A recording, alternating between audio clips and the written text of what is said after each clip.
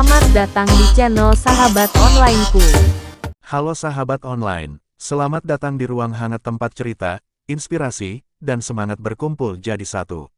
Di sini, kamu nggak pernah sendirian, karena sahabat sejati selalu hadir, walau lewat layar.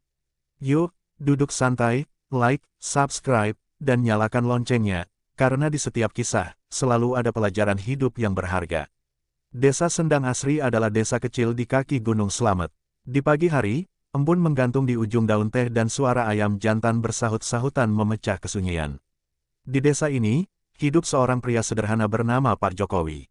Ia bukan pejabat tinggi atau tokoh terkenal, tapi bagi warga desa, dia adalah pemimpin sejati. Pak Jokowi berusia sekitar 55 tahun. Rambutnya sudah beruban sebagian, tapi tubuhnya masih tegap. Setiap pagi, ia bangun sebelum subuh, menyapu halaman rumah, lalu berjalan kaki ke masjid kecil di ujung jalan. Setelah itu, ia keliling desa, menyapa warga satu persatu sambil membawa buku catatan kecil berisi masalah-masalah desa. Istrinya, Bu Rini, adalah sosok pendamping yang lembut dan sabar. Mereka telah hidup bersama selama lebih dari 30 tahun, membesarkan dua anak yang kini merantau ke kota. Meski hidup sederhana, rumah mereka tak pernah kekurangan tawa dan doa. Pak Jokowi menjabat sebagai kepala desa selama 2 periode. Ia dikenal bersih, jujur, dan selalu turun tangan langsung dalam urusan rakyat. Ia membantu warga memperbaiki jalan rusak, mengurus surat-surat tanah, bahkan ikut menggali saluran air saat banjir melanda. Setiap sore, ia duduk di balai desa bersama warga, mendengarkan keluhan mereka sambil menyeruput kopi hitam. Masalah itu seperti batu, katanya suatu hari, kalau diangkat ramai-ramai, gak akan berat. Warga menyebutnya, Bapak Rakyat Kecil. Meski usianya tak muda lagi, semangat Pak Jokowi seolah tak pernah surut. Ia berjalan cepat, jarang mengeluh, dan tidak pernah terlihat sakit. Namun, tanpa disadari siapapun, tubuhnya mulai mengirimkan isyarat yang perlahan-lahan ia abaikan. Beberapa minggu belakangan, ia mulai sering batuk. Kadang disertai nyeri di dada. Tapi ia berpikir itu cuma masuk angin atau kelelahan. Ia tetap bekerja seperti biasa, bahkan kadang memaksakan diri membetulkan atap rumah warga yang bocor. Bu Rini sempat menegur, "Pak, batuknya nggak selesai-selesai. Ayo periksa ke puskesmas." Tapi Pak Jokowi hanya tertawa kecil. "Paling ini cuma angin duduk. Nggak usah khawatir, Bu," jawabnya dengan nada tenang. Di balik tawa itu, sebenarnya ia merasa tubuhnya mulai melemah. Tangga yang dulu ia naiki dengan mudah kini terasa berat. Nafasnya cepat tersengal ketika berjalan menanjak. Tapi demi menjaga semangat warga, ia menyembunyikan semuanya. Suatu hari, saat membantu panen di sawah milik Pak Lurah Sarman, tubuhnya tiba-tiba limbung. Ia jatuh terduduk di tengah lumpur, keringat membanjiri wajahnya meski matahari baru terbit. Warga panik, segera membopongnya ke pinggir sawah. Ia menolak dibawa ke rumah sakit. "Saya cuma kecapean," katanya dengan lemah. Tapi di dalam hatinya, ia tahu ada yang tak beres dengan tubuhnya. Namun, ia menunda-nunda, merasa urusan rakyat lebih penting daripada kesehatannya sendiri. Hari-hari berlalu, dan batuknya makin sering datang. Beberapa malam, ia terbangun karena dada sesak. Namun ia tetap menulis rencana pembangunan balai desa baru dan pengadaan buku untuk anak-anak sekolah. Suatu pagi, ia berdiri di depan cermin dan melihat wajahnya yang tampak lebih pucat dari biasanya. Ada sesuatu di matanya yang membuat Bu Rini terdiam saat melihatnya. Rasa cemas mulai tumbuh di dalam hati sang istri, walau ia tidak berani mengungkapkan. Desa Sendang Asri yang dulu riang kini mulai diliputi kecemasan yang samar. Warga memperhatikan bahwa Pak Jokowi mulai sering duduk dan terdiam lebih lama dari biasanya. Anak-anak yang biasanya dipanggilnya kini melihat raut lelah di wajahnya. Di tengah senyap malam, Pak Jokowi kadang merenung sendirian di teras rumahnya. Ia tidak takut mati, tapi ia takut meninggalkan desa dalam keadaan belum selesai. "Kalau aku pergi nanti, siapa yang akan jaga Sendang Asri?" bisiknya pelan. Namun, takdir telah menulis bab berikutnya untuk hidupnya. Hari-hari biasa di desa itu segera akan berubah. Bukan hanya untuk Pak Jokowi, tapi untuk semua yang pernah disentuh oleh kebaikannya. Pagi itu, udara di desa Sendang Asri seperti biasa, sejuk dan bersih. Namun, Pak Jokowi terlihat tidak seperti biasanya. Tubuhnya lemas dan matanya sayu. Ia tetap memaksakan diri untuk menghadiri rapat pembangunan irigasi bersama para petani. Saat berbicara di depan warga, tiba-tiba ia terbatuk keras, disertai bercak merah di sapu tangannya. Beberapa warga menyadarinya dan saling menatap khawatir, tetapi Pak Jokowi dengan cepat menyimpan sapu tangan itu. Usai rapat, Bu Rini menegurnya dengan lembut. "Pak, itu sudah tidak normal. Harus ke dokter besar." Tapi Pak Jokowi hanya menjawab, "Nanti, Bu. Banyak yang masih harus saya kerjakan." Gejala lain mulai bermunculan. Setiap kali makan, ia merasa mual. Berat badannya turun drastis dalam waktu sebulan. Celana dan baju yang biasa ia pakai kini tampak kebesaran. Pak Jokowi mulai menyadari bahwa ini bukan sekadar masuk angin atau kelelahan biasa. Tapi ia merasa takut, bukan takut akan kematian, tetapi takut meninggalkan tanggung jawabnya sebagai kepala desa. Suatu malam, ia terbangun dengan napas tersengal. Dadanya sesak, seperti ada beban besar yang menekan. Bu Rini yang tidur di sampingnya panik dan segera menyeduh air hangat.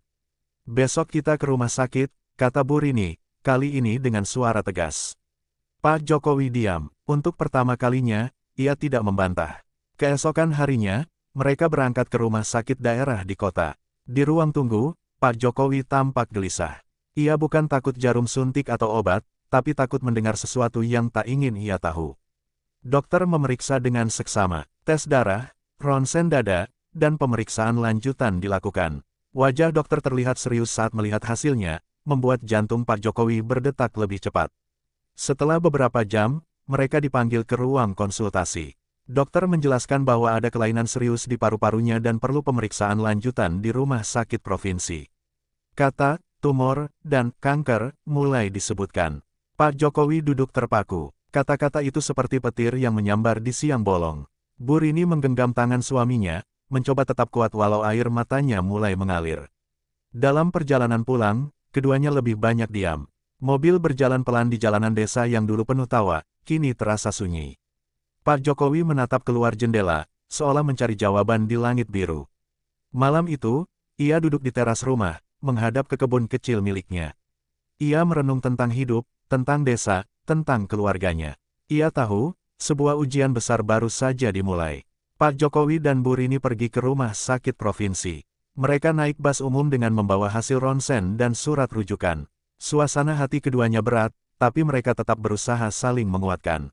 Sesampainya di rumah sakit, mereka harus antre lama. Ruang tunggu penuh dengan orang-orang yang juga berharap pada keajaiban medis.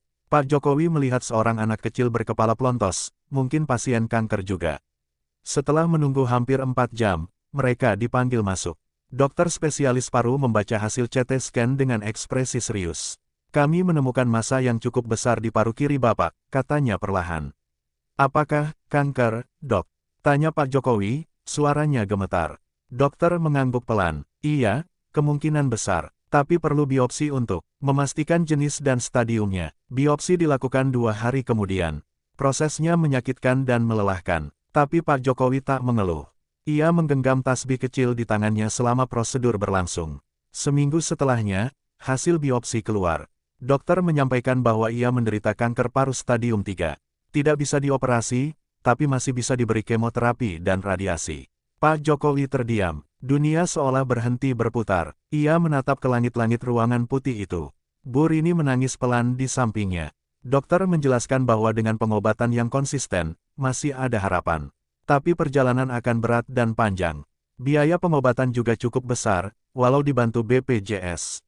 Dalam perjalanan pulang, Pak Jokowi memeluk istrinya.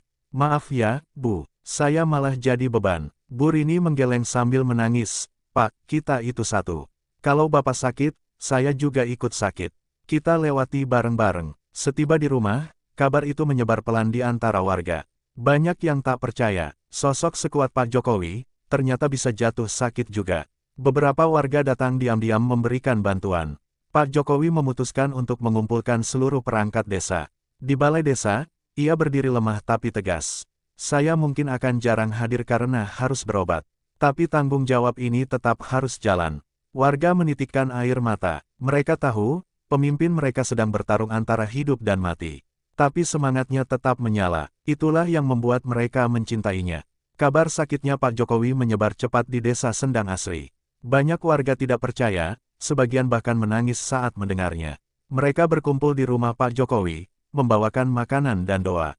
Anak-anak Pak Jokowi yang tinggal di kota segera pulang. Andi, anak sulungnya yang bekerja sebagai guru, langsung mengajukan cuti. Sementara putrinya, Sinta, membawa vitamin dan informasi seputar kanker yang ia dapat dari internet. Meski suasana rumah menjadi sibuk, ada kesedihan yang tak bisa disembunyikan. Senyum Pak Jokowi yang biasanya cerah kini hanya tersungging lemah. Tubuhnya mulai melemah, dan batuknya semakin sering. Bu Rini berusaha tegar. Ia bangun paling pagi, menyiapkan makanan khusus, membersihkan rumah, dan mengurus jadwal pengobatan suaminya. Dalam diam, ia sering menangis saat mencuci piring atau merapikan kamar. Para warga membuat jadwal giliran menjaga Pak Jokowi saat Bu Rini harus keluar. Beberapa anak muda yang biasa dibina Pak Jokowi bahkan membuat grup khusus untuk bantu keperluan sehari-hari. Kehangatan warga menjadi kekuatan tersendiri. Mereka menganggap sakitnya Pak Jokowi bukan hanya ujian bagi beliau, tetapi juga ujian kebersamaan seluruh desa. Sebagian warga bahkan menyumbangkan hasil panen mereka untuk biaya pengobatan. Di balai desa, suasana berubah. Tidak ada lagi suara semangat Pak Jokowi yang memimpin rapat. Namun para perangkat desa tetap bekerja dengan semangat seolah bayangan Pak Jokowi tetap hadir di sana. Saat Pak Jokowi menjalani kemoterapi pertamanya, hampir 10 orang warga ikut mengantarnya ke rumah sakit. Mereka tidak masuk semua, tapi menunggu di luar sebagai bentuk dukungan. Kemoterapi membuat tubuh Pak Jokowi semakin lemah. Rambutnya mulai rontok, kulitnya menguning, dan ia sering muntah. Tapi di setiap jeda kesakitan, ia tetap meminta kabar tentang desa. "Jangan sampai sawah kering ya," katanya suatu hari saat dijenguk Pak Lurah Sarman. "Tolong pastikan irigasi jalan." Bahkan dari ranjang rumah sakit, pikirannya tetap untuk rakyat. Anak-anak di desa membuat gambar dan surat untuk Pak Jokowi. Mereka menggambar matahari dan bunga, dengan tulisan, "Cepat sembuh, Bapak Jokowi, kami rindu." Surat itu ditempel di dinding rumahnya. Di tengah penderitaannya, Pak Jokowi merasa bersyukur. Bukan karena sakitnya, tapi karena cinta yang mengalir dari orang-orang di sekelilingnya. Ia merasa tidak sendiri dalam pertempuran ini. Beberapa wartawan lokal datang meliput kondisi beliau. Tapi Pak Jokowi menolak diekspos. "Saya bukan siapa-siapa, saya hanya warga biasa yang sedang diuji Tuhan," ujarnya dengan suara serak. Bu Rini terus mendampingi setiap sesi pengobatan. Ia menjadi lebih tabah, lebih kuat. "Saya istri kepala desa, saya harus jadi tiang rumah ini," katanya kepada anak-anaknya. Malam-malam yang sepi di rumah sakit diisi dengan doa dan zikir. Pak Jokowi percaya bahwa jika ia sembuh, itu berkat cinta dan doa orang-orang yang peduli. Dan jikapun ajal datang, ia siap menghadapinya dengan tenang. Setelah beberapa siklus kemoterapi, kondisi fisik Pak Jokowi sangat menurun. Tubuhnya terlihat semakin kurus dan wajahnya pucat. Namun, semangat dalam dirinya belum padam. Setiap pagi di rumah sakit, ia mencoba bangkit dari ranjang dan berjalan perlahan di koridor. Para perawat menjulukinya, pasien paling kuat, karena tak pernah mengeluh. Pak Jokowi mulai membawa buku catatannya lagi. Ia menulis rencana-rencana kecil untuk desa, seperti perbaikan PAUD, program sanitasi, dan pelatihan pertanian organik untuk anak muda. Suatu malam, ia mendengar tangisan seorang pasien muda di kamar sebelah. Tanpa banyak pikir, ia mendekat dan menghibur gadis itu. "Kamu masih muda, jangan menyerah. Tuhan menguji karena sayang," ujarnya sambil tersenyum. Kata-katanya menyebar. Beberapa pasien lain mulai berdatangan ke kamarnya, sekadar untuk mendengar cerita atau motivasi. Pak Jokowi berubah menjadi cahaya bagi sesama penderita. Bu Rini yang menyaksikan semua itu merasa haru. Meski tubuh suaminya lemah, jiwanya tetap kuat. Bahkan dalam derita, ia tetap menjadi penguat bagi orang lain. Di desa, warga menyiapkan kejutan kecil. Mereka membuat video ucapan semangat untuk Pak Jokowi, lalu mengirimkannya melalui ponsel anaknya. Dalam video itu, semua warga memegang tulisan, "Kami menunggumu, Pak." Pak Jokowi menangis saat menontonnya. Tangis bukan karena sedih, tapi karena bersyukur atas cinta yang begitu besar. "Saya harus sembuh, saya harus pulang," katanya dalam hati. Di rumah sakit, dokter mulai melihat perkembangan positif. Sel kanker memang belum hilang, tapi ada penurunan ukuran. Semangat Pak Jokowi membuat proses pengobatan menjadi lebih baik dari yang diperkirakan. Ia mulai belajar meditasi dan pernapasan dari relawan yang datang ke rumah sakit. Ia juga membaca buku-buku motivasi dan kitab suci, memperkuat iman dan mentalnya. Anak-anaknya bergantian menemani, kadang bercerita tentang masa kecil mereka, tentang saat Pak Jokowi mengantar mereka sekolah naik sepeda, meski hujan deras sekalipun. Pak Jokowi mengumpulkan semua kekuatan yang tersisa. Ia ingin kembali ke desa. Ia ingin melihat matahari terbit dari sawah, mendengar suara ayam, dan duduk di balai desa seperti dulu. Setiap seminggu sekali, Pak Jokowi menjalani kemoterapi. Proses itu melelahkan, tubuhnya semakin ringkih, rasa mual tak kunjung reda, dan rambutnya hampir habis. Namun, ia tetap bersyukur karena masih bisa membuka mata setiap pagi. Bu Rini selalu berada di sampingnya. Ia mencatat semua jadwal dokter, mengatur waktu istirahat, dan memastikan suaminya makan walau hanya beberapa suap. Cinta yang tumbuh selama puluhan tahun kini diuji dalam bentuk yang tak biasa. Anak-anak mereka ikut membantu. Andi membeli alat bantu pernapasan, Sinta mengurus pengajuan bantuan tambahan ke Dinas Kesehatan. Meski kadang kelelahan, mereka tak pernah mengeluh. Setiap malam, sebelum tidur, mereka berkumpul berempat. Doa dipanjatkan dengan air mata. Mereka saling genggam tangan, berharap Tuhan mendengar bisikan hati yang penuh harap. Salah satu dokter menyarankan terapi radiasi untuk membantu mengecilkan masa kanker yang tersisa. Prosedur itu lebih menyakitkan, tetapi Pak Jokowi mengangguk pelan, menandakan ia siap. Selama proses itu, banyak pasien yang menyerah. Tapi tidak dengan Pak Jokowi. Ia tetap mengucap syukur. Mungkin saya diuji bukan untuk disembuhkan, tapi untuk menjadi pelajaran bagi orang lain, katanya pada perawat. Ia mulai mencatat pengalamannya di buku harian.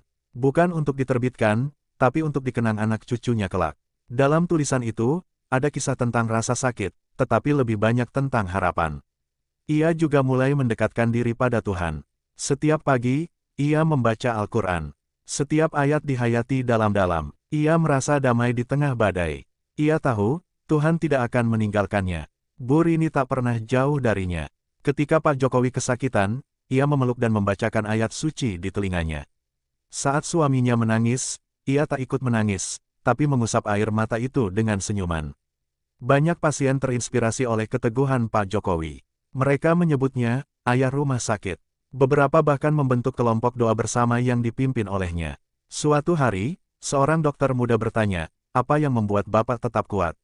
Pak Jokowi tersenyum, karena saya tidak hidup hanya untuk diri sendiri. Ada desa, ada keluarga, ada Tuhan. Jawaban itu membuat sang dokter terdiam. Ia belajar bahwa kekuatan bukan berasal dari tubuh, melainkan dari hati yang ikhlas dan pikiran yang berserah. Kondisi Pak Jokowi mulai menunjukkan sedikit perbaikan. Dokter bilang, ada kemungkinan sel kanker bisa ditekan lebih jauh jika ia kuat menjalani 3 siklus tambahan. Warga desa mengumpulkan dana tambahan. Mereka menjual hasil kebun, membuat pasar malam sederhana, bahkan ada yang mengorbankan tabungan nikahnya demi membantu. Pak Jokowi yang mendengar itu menangis. Ia merasa tidak pantas menerima semua kebaikan itu, tapi Bu Rini memeluknya dan berkata, itulah buah dari semua kebaikan Bapak selama ini. Malam itu, Pak Jokowi bermimpi melihat sawah desa yang hijau. Ia berjalan pelan di antara pematang, lalu menoleh ke belakang. Ada ratusan warga mengikutinya, tersenyum penuh harap. Ia terbangun dan menceritakan mimpi itu pada istrinya. Aku harus sembuh. Aku harus pulang, bisiknya pelan. Bu Rini menggenggam tangannya, dan kami akan menunggu. Di ranjang rumah sakit, waktu berjalan lambat. Detik terasa menit, dan jam terasa hari. Tapi bagi Pak Jokowi, setiap momen adalah kesempatan untuk merenung dan bersyukur. Ia mulai menyadari banyak hal yang dulu ia abaikan. Seperti betapa berartinya napas yang ringan, makanan yang bisa dinikmati, atau sinar matahari yang menembus jendela kamar. Setiap pagi, ia menulis 3 hal yang ia syukuri. Masih hidup, masih bisa melihat istri, masih bisa berdoa. Kebiasaan kecil itu membuat jiwanya tenang. Ia juga mulai mendengarkan kisah pasien lain. Ada seorang ayah muda yang terkena kanker otak, seorang ibu yang menunggu transplantasi ginjal, dan seorang nenek yang tak pernah dijenguk anaknya. Dari mereka, Pak Jokowi belajar bahwa setiap orang sedang berjuang. Bahwa sakit bukan hanya penderitaan, tapi juga cara Tuhan menyentuh hati yang keras. Suatu hari, ia mengadakan diskusi kecil di ruang pasien. Ia berbicara tentang harapan, tentang pentingnya menerima kenyataan dan tetap bergerak.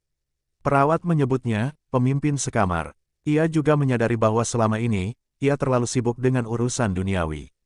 Jabatan, proyek, dan pembangunan memang penting, tapi ternyata, yang paling penting adalah hubungan manusia.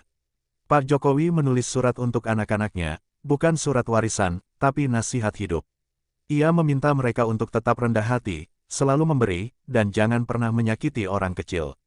Surat itu ia serahkan sendiri, sambil menatap mata anak-anaknya. Jika Bapak tidak sempat pulang, jangan bersedih. Jadilah orang baik, itu cukup, katanya. Bu Rini juga mencatat pelajaran-pelajaran kecil yang mereka alami. Ia berencana membagikannya kelak di pengajian ibu-ibu desa, agar mereka bisa mengambil hikmah dari perjuangan suaminya. Meskipun banyak hari gelap, selalu ada cahaya. Kadang lewat sapa seorang suster, kadang dari pelukan anak-anak. Dan cahaya itu cukup untuk menerangi malam-malam panjang. Pak Jokowi mulai menulis puisi. Tentang daun yang tetap hijau meski diterpa angin, tentang hati yang lapang meski tubuh lemah. Puisinya dibacakan oleh suster dan ditaruh di papan ruang perawatan. Waktu terus berjalan, hasil medis menunjukkan bahwa kankernya belum hilang, tapi stabil. Dokter memberi pilihan, lanjut terapi atau pulang untuk istirahat total. Pak Jokowi memilih pulang, bukan karena menyerah, tapi karena ia rindu desa, rindu suara warga, dan ingin menghabiskan waktu di tempat yang ia cintai. Pak Jokowi pulang ke desa Sendang Asri setelah berbulan-bulan dirawat. Warga menyambutnya dengan hangat. Ada gapura daun kelapa, spanduk bertuliskan, "Selamat datang, Bapak Jokowi," dan pelukan tulus dari anak-anak desa. Meski tubuhnya lemah, senyumnya tetap merekah. Ia berjalan pelan sambil dibantu tongkat, tapi wajahnya bersinar. Ia merasa seperti kembali ke rahim tempat semua cinta bermula. Bu Rini menangis bahagia. Akhirnya, suaminya bisa menghirup udara sawah lagi. Rumah mereka didekorasi warga, dengan tanaman hijau dan kain batik di dinding. Setiap pagi, warga datang bergantian membawakan buah, makanan sehat, dan doa. Pak Jokowi hanya bisa duduk di kursi rotan, tetapi kehadirannya sudah cukup menguatkan orang lain. Hari-hari berlalu dengan tenang. Ia lebih banyak merenung, membaca, dan mencatat. Terkadang ia memanggil perangkat desa untuk berdiskusi ringan, sambil sesekali tersenyum bijak. Suatu sore, ia meminta dibawa ke balai desa. Dengan kursi roda, ia hadir di tengah warga, duduk di depan semua orang. "Saya belum mati," katanya bercanda, disambut tawa harus seluruh warga. Ia berbicara perlahan, menceritakan pengalamannya. "Kalau suatu hari saya tidak ada, jangan sedih. Saya sudah diberi lebih banyak cinta dari yang bisa saya bayangkan." Setelah pidato singkat itu, seluruh warga berdiri, memberikan tepuk tangan. Tak sedikit yang menangis. Mereka menyadari bahwa kehadiran Pak Jokowi adalah anugerah. Anehnya, setelah pulang ke desa, kondisi Pak Jokowi mulai membaik. Ia makan lebih lahap, tidurnya nyenyak, dan batuknya berkurang. Dokter yang rutin memantau heran, bahkan menyebut ini kemajuan luar biasa. Ada yang menyebut ini mukjizat. Tapi Pak Jokowi hanya berkata, "Cinta itu obat. Kalau hati bahagia, tubuh ikut sembuh." Kata-kata itu menjadi inspirasi bagi banyak orang. Kesehatannya memang belum sempurna, tetapi ia mulai berjalan tanpa tongkat. Bahkan, ia sempat membantu menanam bibit pisang di kebun belakang rumahnya. Anak-anak desa mulai sering datang ke rumahnya. Mereka mendengarkan dongeng-dongeng dan kisah semangat dari Pak Jokowi. Ia kini dipanggil kakek desa. Kepala Dinas Kesehatan datang langsung ke rumah dan memberikan penghargaan atas ketabahan dan inspirasi hidupnya. Media lokal menulis berita, "Pak Jokowi, pemimpin desa yang tak menyerah." Namun, Pak Jokowi tidak pernah merasa istimewa. "Saya hanya orang biasa yang terus mencoba tidak menyerah," katanya pada wartawan yang ingin mewawancarainya. Hari demi hari, semangatnya tumbuh. Ia mulai menanam sayur, membaca buku pembangunan desa, dan kembali aktif di musyawarah warga, meski sesekali harus beristirahat di tengah rapat. Warga percaya, kesembuhan Pak Jokowi adalah keajaiban. Tapi bagi Pak Jokowi, itu adalah bukti bahwa cinta, doa, dan harapan tidak pernah sia-sia. 1 tahun berlalu sejak vonis kanker pertama. Kini, Pak Jokowi berdiri tegak di depan halaman rumahnya. Ia tidak sembuh total, tapi cukup sehat untuk kembali hidup normal. Setiap pagi, ia berjalan menyusuri jalan setapak desa. Ia menyapa warga, membantu anak-anak menyeberang sungai, dan kadang duduk di warung kopi tua, ngobrol dengan petani. Desa Sendang Asri kembali hidup. Kehadiran Pak Jokowi seperti nyala lilin yang menerangi semua penjuru. Banyak anak muda yang dulunya tak peduli kini tergerak membangun desa. Bu Rini tetap menjadi pendamping setia. Ia tak pernah lelah mengingatkan waktu minum obat, membuatkan jus wortel, dan memijat pundak suaminya saat lelah. Pak Jokowi mulai menanam bibit-bibit harapan. Ia mendirikan taman baca desa dari bangunan tua yang tak terpakai. Buku-buku donasi mulai memenuhi rak-raknya. Ia juga membimbing anak-anak muda tentang pertanian organik, mengajari cara mengelola air, dan membuat pupuk sendiri. "Ilmu itu seperti benih, harus disebar," katanya. Suatu hari, seorang mahasiswa dari kota datang meneliti desa itu. Ia terkejut dengan semangat yang menyala di tengah kesederhanaan. Apa rahasianya, Pak? Tanya pemuda itu. Pak Jokowi tersenyum. Jangan takut gagal. Takutlah kalau hidupmu tidak memberi manfaat. Balai desa kembali ramai. Ia memimpin musyawarah lagi. Meski tidak seintens dulu, suaranya tetap ditunggu. Bahkan kepala desa yang baru pun selalu meminta nasihat darinya. Anak-anaknya merasa bangga. Ayah mereka bukan hanya sembuh secara fisik, tapi juga tumbuh secara jiwa. Mereka mulai menulis buku tentang perjalanan hidupnya. Pak Jokowi sering berkata, penyakit ini bukan hukuman, tapi panggilan untuk memperbaiki diri. Kata-kata itu menjadi semboyan baru di desa. Ia juga memaafkan semua orang yang pernah menyakitinya di masa lalu. Kalau kita mati besok, apa gunanya dendam? Katanya suatu malam kepada istrinya. Suatu sore, ia berdiri di bukit kecil, memandangi desa yang pernah ia pimpin. Aku tidak tahu berapa lama lagi umurku, tapi hari ini, aku bahagia, bisiknya. Langit cerah, angin semilir. Di kejauhan, anak-anak tertawa bermain. Bagi Pak Jokowi, itu adalah lagu paling indah. Lagu kehidupan. Waktu terus berjalan. Tubuh Pak Jokowi tidak sekuat dulu, tapi pikirannya tetap jernih. Ia tahu waktunya di dunia mungkin tak lama, tapi ia tidak gentar. Ia mulai menuliskan pesan-pesan terakhirnya, bukan sebagai wasiat, tapi sebagai warisan nilai. Jika kalian ingin membalas semua kebaikanku, cukup teruskan kebaikan itu, tulisnya. Bu Rini membantu menyusun buku kecil dari catatan harian Pak Jokowi. Buku itu berisi kisah perjuangan, puisi, dan petuah-petuah sederhana. Mereka menamainya, Dari Balik Ranjang, Suara dari Hati. Buku itu dibagikan gratis ke sekolah dan rumah ibadah. Banyak yang menangis saat membacanya, merasa seperti bicara langsung dengan jiwa seorang ayah. Pak Jokowi tidak pernah mencari panggung, tapi tanpa sadar ia menjadi teladan. Warga sering berkata, kalau Pak Jokowi bisa sabar, kita juga harus bisa.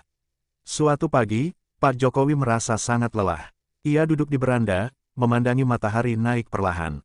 Ia menggenggam tangan istrinya, lalu berkata pelan, "Terima kasih, Bu." Hari itu, ia tidur lebih lama dari biasanya. Dan saat azan asyar berkumandang, ia pergi dengan tenang, senyum di bibirnya, genggaman di tangan istrinya, dan doa dari semua hati yang mencintainya. Seluruh desa berkabung, tapi tak ada tangisan histeris, hanya air mata sunyi dan pelukan-pelukan erat. Semua warga datang mengantarnya ke peristirahatan terakhir. Anak-anak berdiri sambil memegang bunga. Mereka meletakkannya di atas pusara, satu persatu. "Terima kasih, Bapak," kata seorang anak kecil sambil menangis. Di balai desa, foto Pak Jokowi dipasang di dinding. Di bawahnya tertulis, pemimpin yang pergi tanpa kekuasaan, tapi meninggalkan kekalutan rasa. Pak Jokowi memang telah tiada, tapi semangatnya hidup dalam setiap langkah warga. Dalam gotong royong, dalam senyuman, dan dalam keteguhan menghadapi ujian. Tahun demi tahun berlalu, desa Sendang Asri semakin berkembang. Tapi setiap orang tahu, semua itu bermula dari seorang pria yang memilih tidak menyerah. Ia tak meninggalkan istana, harta, atau jabatan tinggi.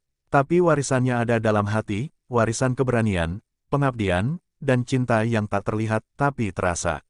Terima kasih sudah menemani kami sampai akhir cerita, sahabat online. Jangan lupa tinggalkan like, komentar, dan share jika kamu merasa terinspirasi. Subscribe dan aktifkan loncengnya, biar kamu nggak ketinggalan kisah-kisah seru berikutnya. Sampai jumpa di video selanjutnya, karena sahabat sejati selalu kembali.